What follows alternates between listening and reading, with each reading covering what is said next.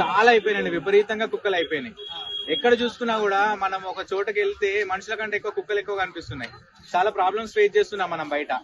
ఒక మనిషిని రీసెంట్ గా చూసింది మా ఇంటి దగ్గరే, ఒక కుక్క ముగ్గురిని కరవడం జరిగింది. వాళ్ళు ఇప్పటికీ ఆ డ్యామేజ్ తో వాళ్ళు కోలుకోలేకపోతున్నారు. మరి ఈ మున్సిపల్ వాళ్ళు ఏం చేస్తున్నారు, మేము చాలా సార్లు కంప్లైంట్ చేయడం జరిగింది. ఈ మున్సిపల్ వాళ్ళు ఏం చేస్తున్నారో అర్థం కావట్లా. అలాంటి కుక్కల్ని పెంచి విపరీతంగా రోడ్ల మీద వదిలేస్తే వాళ్ళు కాదు కదా ఎఫెక్ట్ అయ్యేది, జనాలలో బ్రతుకుతున్న వాళ్ళు జనాలు ఎఫెక్ట్ అవుతున్నారు.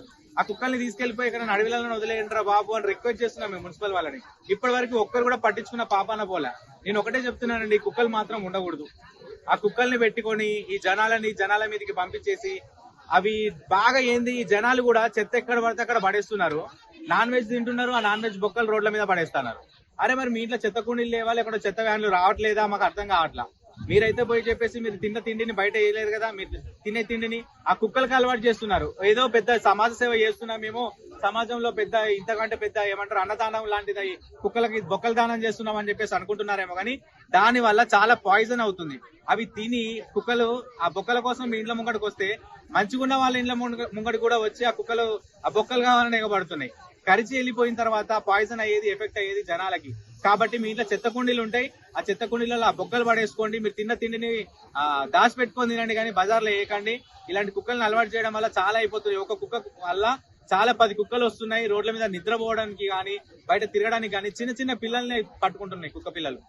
వాటికి ఏం తెలుసు చిన్నమా పెద్దమా అని చెప్పేసి. కుక్కలు మూగజీవులని మనం ముందే చెప్తున్నాం. మళ్ళీ ఇంకొకటి ఏంటంటే సెంటిమెంట్, మూగజీవులను మనం కాపాడాలి, ఈ మూగజీవులని మనం రక్షించాలి అని చెప్పేసి స్లోగన్స్ వస్తుంటాయి. మళ్ళీ దానివల్ల ఎఫెక్ట్ అయ్యేది, మీరు ఏసీ రూమ్లలో పడుకొని పెద్ద పెద్ద అపార్ట్మెంట్లలో వండుకొని 40,000 కుక్కను తెచ్చుకొని సాదుకున్న వాళ్ళకి మీకు తెలియదమ్మా కుక్కల బాధ ఏందనేది. స్లమ్ ఏరియాలలో ఉండి చిన్న చిన్న అపార్ట్మెంట్స్ లలో చిన్న చిన్న రూమ్లలో బ్రతుకుతున్న మాకు తెలుస్తుంటది ఆ కుక్కల వల్ల ఎంత నష్టం జరుగుతుంది, ఎంత కష్టపడుతున్నామని చెప్పేసి. మీరు ఏంది ఏసీ రూమ్ లో పట్టేసి కూర్చొని మూగజీవులను హింసించకూడదు అని చెప్పేసి ఒక పదం వదిలేస్తారు మీరు, కానీ ఎఫెక్ట్ అవుతుంది మా మీద. మీరు వచ్చి రోడ్ల మీద తిరగండి. రాత్రిపూట బైక్ మీద బయటికి వెళ్తే మేము 4 కుక్కలు మా ఎంట పడతాయి. రండి ఒకసారి మేము ఉన్న ఏరియాకి రండి, చూపిస్తాం. మీరందరూ మున్సిపల్ ఏరియా వాళ్ళు ఏ విధంగా దాని మీద యాక్షన్ తీసుకోవాలని నిజంగా ఇది కరెక్ట్ గా మాట్లాడాలనుకున్నాను నేను దీని మీద. ఇది మాత్రం పక్కా అండి. మీరు కుక్కలు అనేది చాలా ఇబ్బంది పడుతున్నాయి. ఏవి పెట్టినా పెట్టకపోయినా ఈ కోతులు అనేటివి ఊర్లలో, కుక్కలు అనేటివి ఇవి చాలా ఇబ్బంది పెడుతున్నాయి. జనాలు చాలా వీటికి ఎఫెక్ట్ అవుతున్నారు. ఎవరికి ఏం చెప్పుకోలేకపోతున్నాం, ఎందుకంటే ఎవరం ఏం చేయలేమో అని చెప్పేసి అంటున్నారు. ఎవరు ఎందుకు చేయలేరండి? మీకు ఓట్లు వేసాం, వార్డ్ కౌన్సిలర్స్ ఉన్నారు, సర్పంచ్లు ఉన్నారు. మీరు అందరు తీసుకెళ్లి వాటిని ఎక్కడైనా వదిలేయండి. వాటికి సర్జరీ చేసి వదిలేస్తున్నారు కదా, పందులను కనుక ఇంత ముందుకి తీసుకెళ్లిపోయి వాటిని కోసి పడేస్తున్నారు. వీటి కూడా కోసి పడేయండి, అవసరం లేదు. కుక్కలు అనేటివి లేకుండా మేము బతకగలం. ఇప్పుడు కుక్కలకి మగవాళ్ళకి సపోర్ట్ పలికినట్టు మగవాళ్ళని వదిలేస్తున్నారు. మగవాళ్ళు అన్ని తప్పులు చేసిన వాళ్ళని స్వేచ్ఛగా వదిలేస్తున్నారు అని అంటున్నారు మేడం గారు. మరి అంతమంది కరెక్ట్ అంటారు? ఆడవాళ్ళు తప్పు చేయట్లేదండి. మరి ఆడవాళ్ళని ఆడకుక్కలు లేవా? మగ కుక్కలే ఉన్నాయి. ఆ కుక్క జాతిలో ఆడకుక్కలు కూడా ఉన్నాయి కదా. ఆడకుక్కలు కూడా డ్రమ్ములు పెడుతున్నారు కదా, డ్రమ్ములలో కోసి ఏమంటారు సిమెంట్ లేసి కుప్ప పెట్టేస్తున్నారు కదా, కుక్కర్లలో ఉడికిస్తున్నారు కదా. ఒకడు ఉన్నాడని చెప్పి ఇంకొకటి పట్టుకొని వెళ్ళిపోతున్నారు కదా. అమ్మ అందరు ఆడవాళ్ళని నేను ఉద్దేశించి మాట్లాడట్లే. మీరైతే ఏ విధంగా కొందరు మగవాళ్ళని ఉద్దేశించి మాట్లాడుతున్నారో మేము కూడా కొందరు ఆడవాళ్ళని ఉద్దేశించి మాట్లాడుతున్నాము. జాతిలో ఆడ మగ 2 ఉంటాయి. తప్పులో ఇద్దరు చేస్తారు, ఇద్దరి వల్ల జరుగుతుంటాయి. మగవాళ్ళని మీరు కుక్కలతో పోల్చడం అనేది కరెక్ట్ కాదు. పోల్చిన వాళ్ళు ఎవరో మీరు గౌరవనీయులు, మహనీయులు.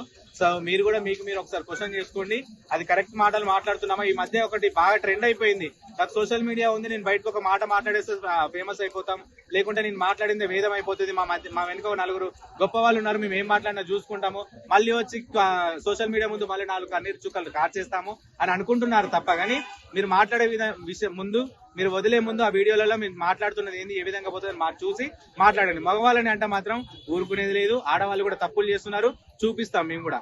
ఓకే సార్, అట్లాగే గవర్నమెంట్ పరంగా కూడా పోలీసుల పరంగా కూడా వాళ్ళు పట్టుకుంటున్నారు, శిక్షలు వేస్తున్నారు, కఠినమైన శిక్షలు జరుగుతున్నాయి. కానీ ఇట్లాంటి వాళ్ళు మాట్లాడటం వల్ల వాళ్ళు స్పందించాలి కదా, గవర్నమెంట్ అధికారులు కానీ పోలీసులు కానీ ఎందుకు స్పందించట్లేదు? ఇక స్పందించాలి అనుకుంటే జనం మనం స్పందిస్తే కదండి పోలీసు వాళ్ళు స్పందించేది. తప్పు జరుగుతుందంటే మనమే పక్క నుంచి వెళ్ళిపోతున్నాం. అక్కడ తప్పు జరుగుతుందా బాబు అని 100కి డైల్ చేసే వాళ్ళు ఎంతమంది ఉన్నారు ఈ రోజులలో? రోడ్డు మీద తప్పు జరుగుతున్నప్పుడు చూస్తూ వెళ్ళిపోతున్నారు. కొంతమంది వీడియోలు తీసుకుంటున్నారు, వెళ్ళిపోతున్నారు. కానీ 100కి డయల్ చేసి ఆ తప్పు జరగకుండా, ఆ గొడవ జరగకుండా ఎంతమంది ఆపుతున్నారు?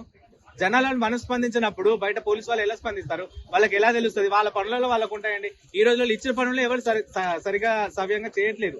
పోలీసులు ఏంది, వాళ్ళకి చలన్లు రావాలి, హెల్మెట్ పెట్టుకోవడానికి 250 రూపాయలు చలాలు వేయాలి, రోడ్ల మీద పోతుంటే నైట్ రైడ్స్ చేస్తుంటే వాడిని పట్టుకోవాలి, 1000 రూపాయలు చలాలు అని చెప్పేసి ఉన్నాయి తప్ప. కానీ ఇలాంటివన్నీ ఏ పోలీసు మా అధికారులు కానివ్వండి ఇంకెవరు కూడా